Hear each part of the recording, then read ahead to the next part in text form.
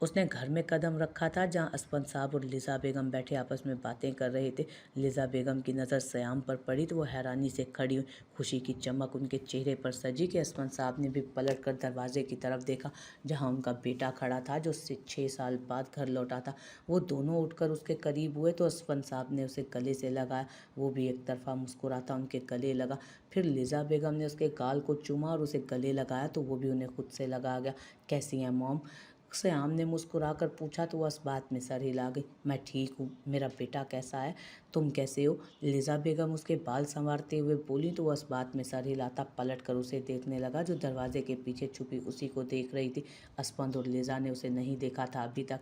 Siam वापस पलटा और दरवाजे के करीब जाता उसका हाथ थामने लगा तो वो आंखों में आंसू लाती। उसने ज़बरदस्ती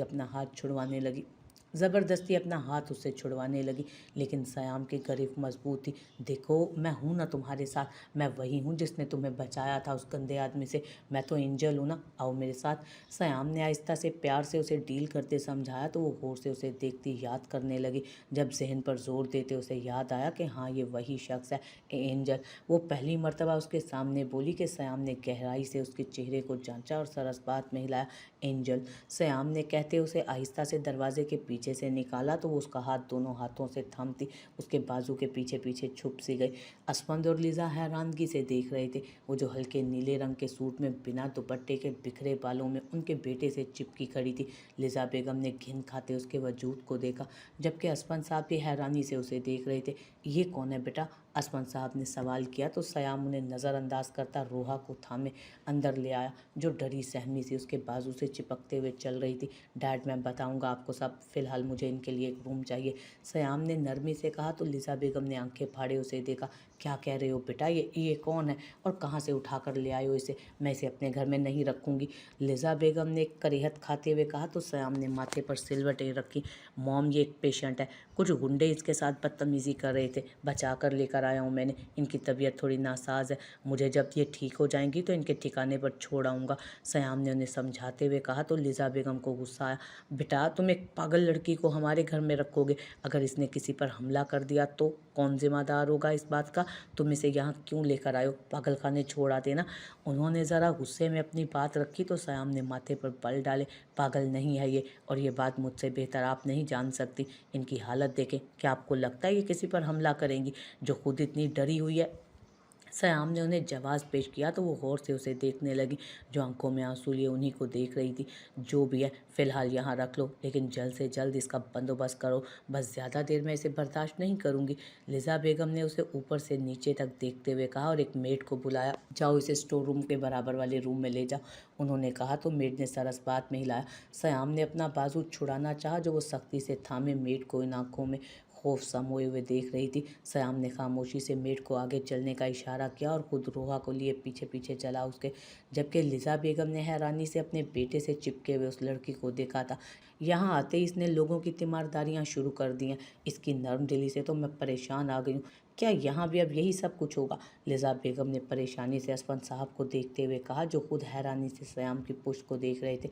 परेशान ना हो तुम, वो एक पेशेंट है, इसलिए वो इतनी केयर कर रहा है। असफंद साहब ने उन्हें और अपने दिल को ये बात समझाई थी कि यही सच है, क्योंकि इसके अलावा और कोई हकीकत वो हरगिज़ कबूल कर ही नहीं सकते थे। 2 दिन गुजर गए थे लेकिन वो इस सदमे की कैफियत से खुद को नहीं निकाल पाया था। कमरे में लाइट्स ऑफ थी, वो बिस्तर पर ऐसे ही पड़ा था, बाल यूं ही बिखरे से थे, सर पर से पट्टी हटा दी गई थी लेकिन जख्म का निशान अभी भी उभरा हुआ था। उसे अपनी माँ के कहे अल्फाज याद आए, माँ, मैं नहीं रह सकता आपके बगैर, माँ मुझे साथ ले जाएं अपने। वो रोता हुआ उनके पैरों में गिरा था। छोड़ो मुझे, वजाहत सिकंदर की औलाद ऐसे ही पलेगी, ये औलाद अपनी उम्र में आकर खुद बताएगी कि माँ का होना क्या होता है।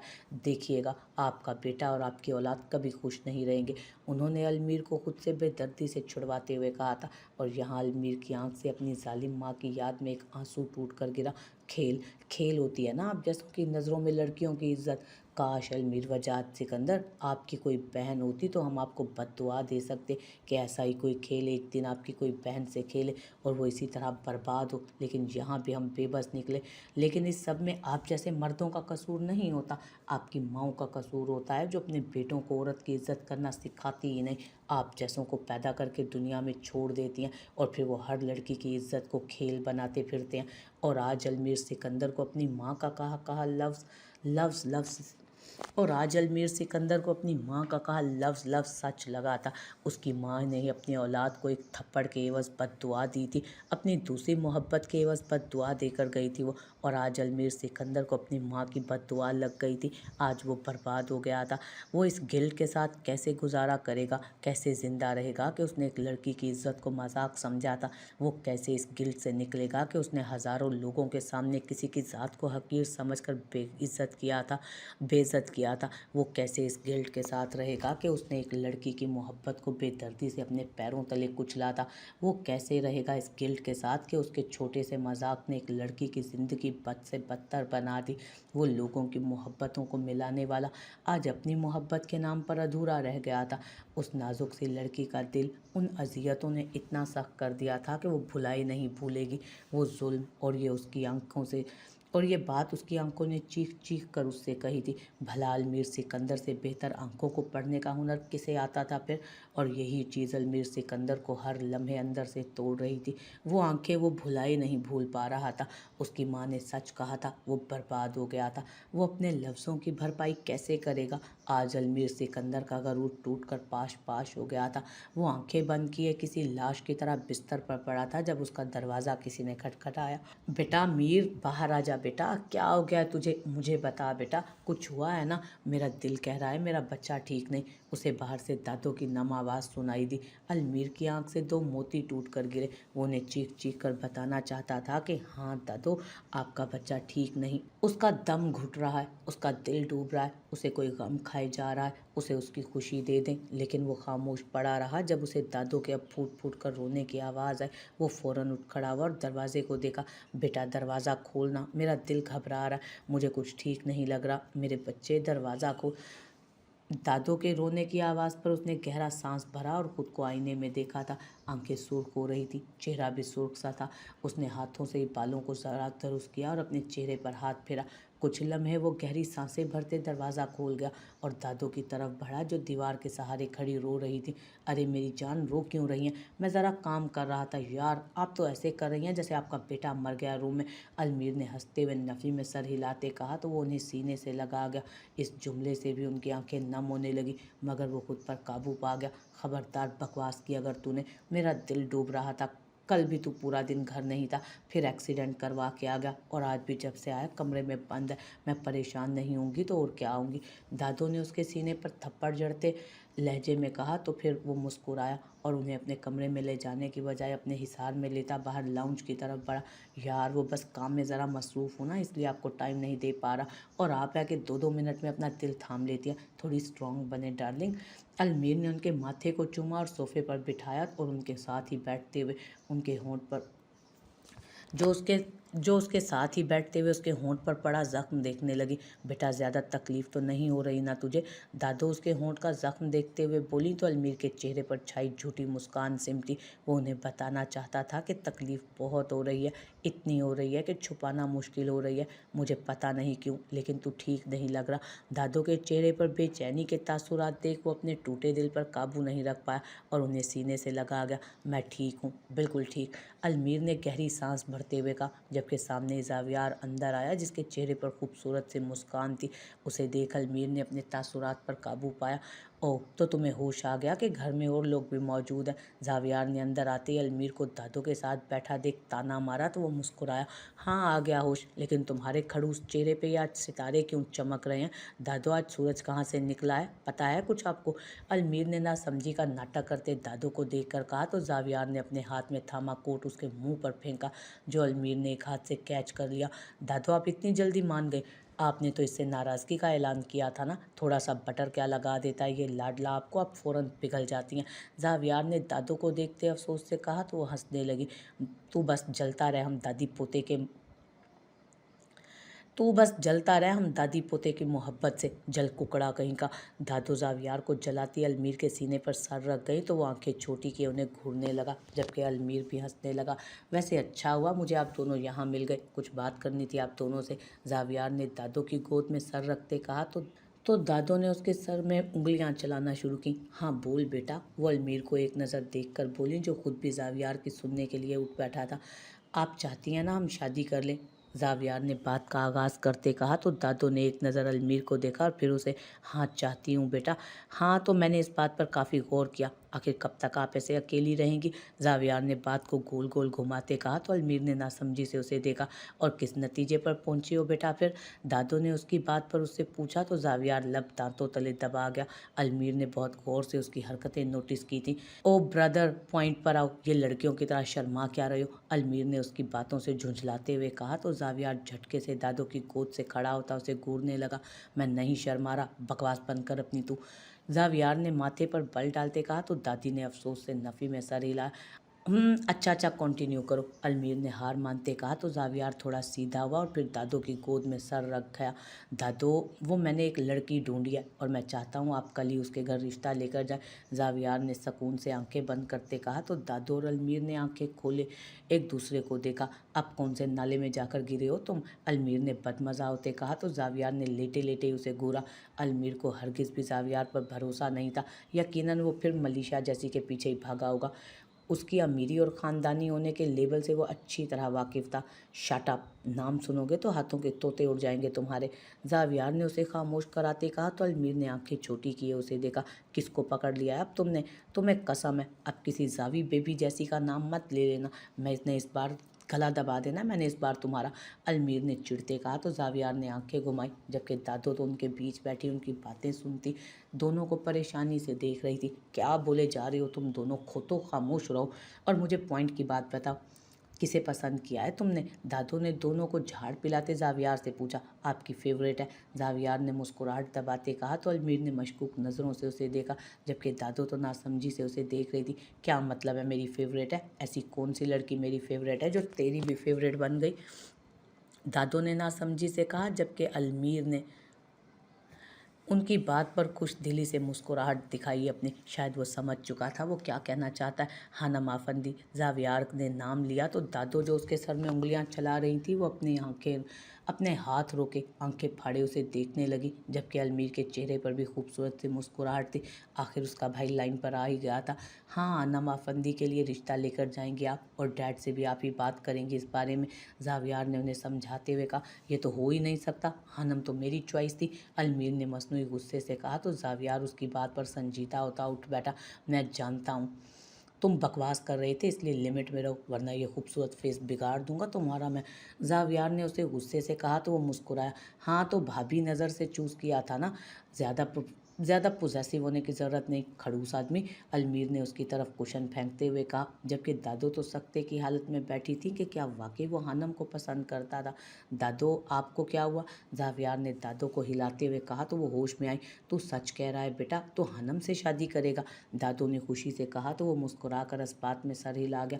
जी दादो, आप लोग ठीक कहते हैं, वो वाकई एक अच्छी और सच्ची लड़की है, मुझे यकीन है उससे बेहतर कोई नहीं हो सकती मेरे लिए, जावियार ने आसूदा सा मुस्कुराते हुए कहा। तो दादो भी खुशी से निहाल होती उसे गले लगा गई। हाय मेरा बच्चा, तूने मुझे इतनी बड़ी खुशी दी है ना, मुझे समझ ही नहीं आ रहा मैं कैसे इजहार करूं। मैं अभी सना से बात करती हूँ और हम कल ही जाएंगे उसके घर हानम का हाथ मांगने। दादो तो खुशी से बोलती उठ खड़ी हुई। और अभी वजाहत से बात भी करती हूँ मैं अभी वजाहत से भी बात करती हूँ। वो फ़ौरन वहाँ से उनके कमरे की तरफ बढ़ गई, जबकि पीछे वो दोनों उनकी खुशी देख नफ़ी में सर हिला गए। वेल, गुड चॉइस ब्रो, मुझे यकीन नहीं आ रहा कि तुम्हारी भी आंखें हैं, अलमीर ने जावियार के कंधे पर हाथ रखते कहा। तो उसने पलटकर खूंखार नज़रों से उसे देखा। वैसे गरीब तो वो अब भी है, या फिर तुम इसलिए राज़ी हो गए कि अब उसके पीछे यारम खड़ा? अलमीर ने मशकूक नज़रों से उसे देखते कहा। तो जावियार ने उसका हाथ झटका। शट अप, मैं तुम्हें ऐसा लगता हूँ? जावियार ने गौर से कहा। तो जावियार ने गुस्से से कहा। तो अलमीर ने उसे ऊपर से नीचे तक देखा। तुम ऐसे लगते नहीं हो बेटा, ऐसे ही हो। अब ऐसी क्या तब्दीली आ गई प्रीति हानम में कि तुम ऐसे जल्दबाजियां दिखा रहे हो? अलमीर ने संजीदा लहजे में कहा। तो जावियार भी ज़रा संजीदा हुआ। हाँ मैं मानता हूँ, मैं गुर्बत से चिढ़ खाता हूँ और उसकी वजह हमारा माजी है, लेकिन ये भी सच है कि मेरा दिल हमेशा हानम के लिए धड़का है। जिस दिन हानम उस इमारत में फंसी थी, उस दिन जो मुझ पर गुजरी थी, मेरे अलावा वो कोई नहीं जानता, और उस हादसे का असर था कि मुझे एहसास हुआ कि वो लड़की जाने अनजाने में मेरी सांसों के बेहद करीब हो गई है, कि अब उसकी रिहाई मुमकिन नहीं। ज़ावियार ने अलमीर के सामने अपने जज्बों का इजहार किया कि अलमीर अपने भाई की खुशी पर आसूदा सा मुस्कुराया। वो बहुत अच्छी लड़की है ज़ावियार, मुझे यकीन है वो भी तुमसे मोहब्बत करती है। मैंने उसकी आंखों में तुम्हारे लिए सच्चे जज्बे देखे हैं। अलमीर ने उसके हाथ पर हाथ रखते कहा तो वो ज़ावियार भी मुस्कुराया। ऐसा कभी उसका कभी दिल मत दुखाना। ये अमीर गरीब और ख़ानदानी गैर ख़ानदानी का फ़र्क कभी एक दूसरे के बीच में मत लाना। अलमीर बोल ही रहा था जब ज़ावियार संजीदा होते उसे देखने लगा। नहीं, ये भी इम्पोर्टेंट है। इंसान का मायार उसके ख़ानदान से ही नापा जाता है। वो एक अच्छी और ख़ानदानी लड़की है, इसलिए मुझे एक्सेप्ट करने में कोई मुश्किल नहीं हुई। रही उसकी गरीबी की बात, तो वो जब ज़ावियार सिकंदर के नाम से जानी जाएगी तो ये फ़र्क भी हमेशा के लिए ख़त्म हो जाएगा। वो एक अच्छी लड़की है और यही चीज़ मेरे लिए सबसे बढ़कर है। लेकिन ये चीज़ें भी इम्पोर्टेंट होती हैं। ज़ावियार ने अपना पॉइंट अलमीर के सामने रखा तो वो उसे अफसोस से देखने लगा। वो अपने भाई की साइकी को कभी नहीं समझ सकता था। मैं तुम्हें सिर्फ इतना कहूँगा कि लड़कियाँ बिल्कुल कांच की तरह होती हैं। उन्हें बहुत प्यार, एहतराम और मान के साथ रखा जाता है, और जिस लड़की से मोहब्बत हो जाए तो उसे बहुत ही नज़ाकत से रखना पड़ता है, क्योंकि अगर आपकी एक गलती से वो टूट गई तो वापस जुड़ना उनके लिए नामुमकिन हो जाता है। फिर आप चाहे उनके सामने घुटने टेको या मर जाओ, उन्हें कोई फ़र्क नहीं पड़ता। वो पत्थर हो जाती हैं, इसलिए उसे कभी ऐसे मत तोड़ना कि वो पत्थर हो जाए और तुम पछताते रह जाओ। अलमीर ने खोए लहजे में अपना दुख ढके छुपे लफ्ज़ों में उसके सामने रखना चाहा। जो उसके साथ हुआ था वो नादानी में कर गुजरा था, हाला यूसुफ के साथ। वो नहीं चाहता था कि ज़ावियार भी वही करे। जबकि ज़ावियार उसकी बातों को गहराई से महसूस करता खामोशी से उसे देखने लगा तो अलमीर पर मुश्किल मुस्कुराया और उसका कंधा थपथपाया। मुझे उम्मीद है तुम मेरी बात का मतलब समझ गए होगे, अलमीर ने कहा तो ज़ावियार ने कोई जवाब नहीं दिया। वो बस उसे देखता रहा कि अलमीर उठकर अपने कमरे की तरफ बढ़ गया। ज़ावियार को ऐसा क्यों लग रहा था कि उसका भाई ठीक नहीं है। मैं तुझे जान से मार दूंगा, बता कहाँ गई वो। तुम दोनों के पास सिर्फ 2 मिनट हैं। शहरोज उस खस्ता हवेली के लाउंज में रखी एक चेयर पर बैठते धाड़ा था। मैं तुझे जान से मार दूंगा, बता कहाँ गई है वो। तुम दोनों के पास सिर्फ 2 मिनट है। शहरोज उस खस्ता हवेली के लाउंज में रखी एक चेयर पर बैठा धाड़ा था कि गार्ड कपकपा कर रह गया, जबकि मेड भी रो रो कर हलकान हो रही थी। जबकि एक हट्टे कट्टे आदमी ने उन दोनों को मार मार कर बुरा हाल किया हुआ था। साहब, मैं नहीं जानता, वो यहाँ से हमें चकमा देकर भाग गई। मैं गया उसके पीछे पकड़ने, लेकिन एक आदमी आया और मुझ पर हमला करके ले गया उसे अपने साथ। मैं नहीं जानता साहब वो कहाँ गई, मुझे माफ़ कर दें।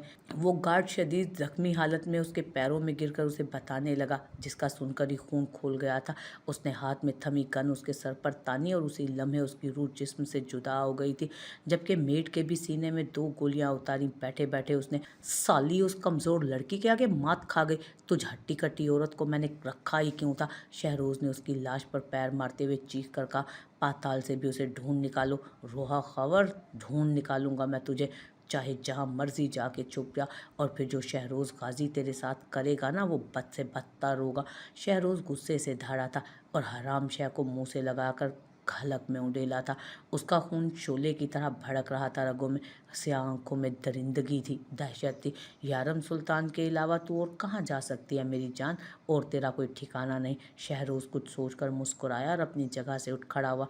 एक तो ये यारम सुल्तान हमेशा मेरे रास्ते में आ जाता है और बिला वजह पिसता है। शहरोज़ कहते हंसा कि उसकी आंखें नम हुई।